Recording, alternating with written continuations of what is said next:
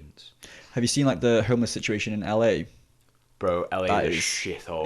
It looks so fucked. It looks scary. Yeah, fuck going to LA. It's literally like a tent city.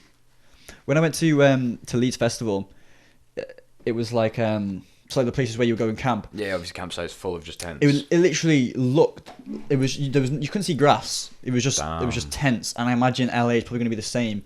I think Joe Rogan again was talking about how like they've allowed people. I think was it allowed or disallowed people to like just sleep on the streets and you can't do anything about it. Like you have to just leave them there, so they don't have to put as much money into like homeless shelters and actually helping them. Fucking hell, that pisses me off. Anti-homeless shit that you see, Yeah. like where they put spikes on benches, or they'll take benches out of train stations, or Or just on the floor, like under a cover, they're just putting spikes on the floor. Why? Who does that stop? Does your business lose money if he sleeps overnight? No.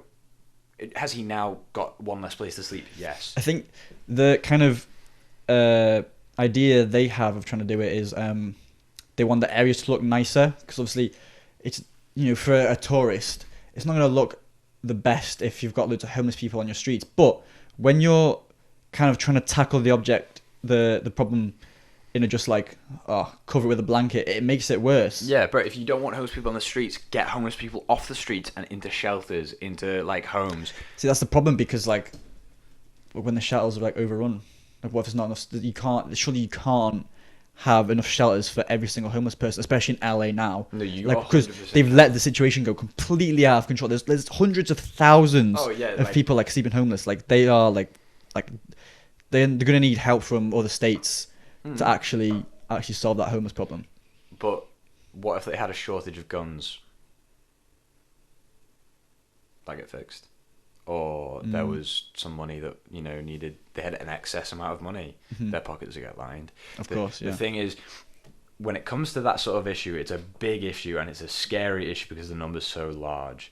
But the thing is, if they actually wanted to fix it, the government, like the Senate, whatever the fuck it is, they 100% have the power and the facilities to fix it.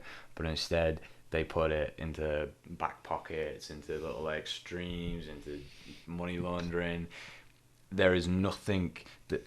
Oh my god, just talking about it pisses me off. Politicians who say like, "I'm for the people." Fuck off. 99% of politicians who say that they are for the people are lying. They're doing it for themselves. Yeah, the politicians you actually see, like on TV or in the house, they're fucked. Yeah. They're the ones on TV are the most corrupt. Do not trust. Fucking like, I love Jeremy Corbyn, right? Like, you know, I was, you know, praised for Jezza and all that shit, but I don't trust him. I don't think he's a good person necessarily. I just think at the end of the day, best of a bad. If you're not a good person, how do you want him to run a country? Well, you gotta look. Bro, I do not. Like, I want myself president of the world, bro. Shit would be easy. Yeah. It's the two-party system.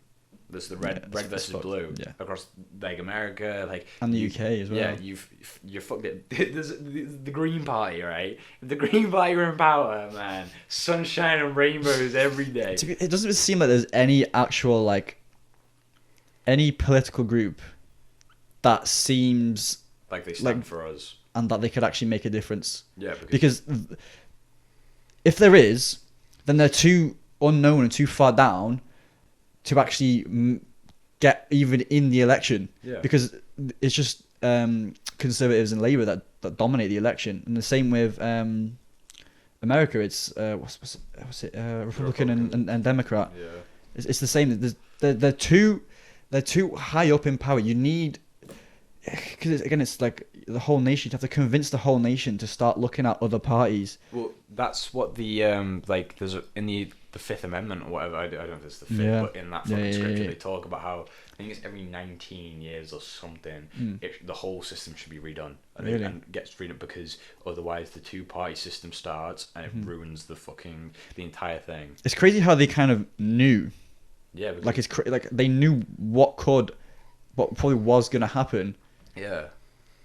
And they actually wrote about that and like said, don't do this because this will happen. Because I doubt because in their time there wasn't such a wide, large political system, was there?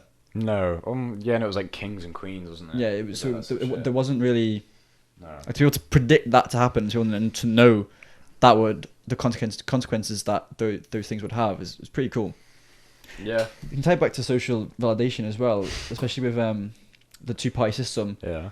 It becomes like who you vote for becomes a bit of your like personality. Like, oh yeah, 100%. Like if 100%. like, oh, I voted Conservative, and like someone says, oh well, I voted Labour, you go, fuck off. Yeah, that's the thing.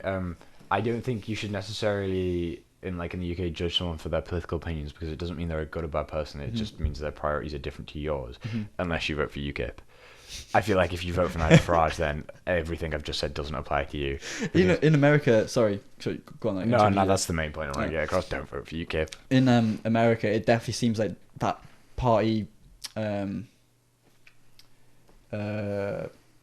like how your identity, yeah, because is more of a big thing, because they come out in masses in America, especially when they do the tours.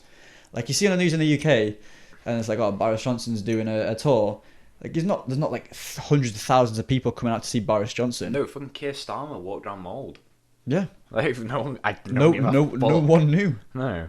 But in America, it's like Donald Trump's doing a political rally. Yeah, and you see the whole state is there with their hats and shit. They get they get stadiums. Yeah. And they'll just be him like talking like with a microphone and the pedestal in the middle of the stadium, and there's hundreds of thousands of people around him.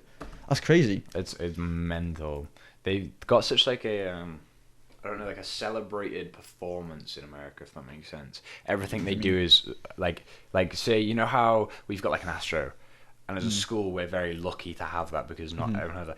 All big like schools in America have huge football stadiums because of how much they love the performance of football. They love the idea of, like the celebrating, the idea of like the Super Bowl they think is like the biggest thing in the world. Yeah, world champions, but it's like it's only America playing the Super Bowl. It's like what? It's that idea of America is number one, superhero film, America, Captain America, the world's in danger, only America is. It's yeah, it's like the world, and it's the only place they actually go is America. They never really show other places outside of America, do they? No.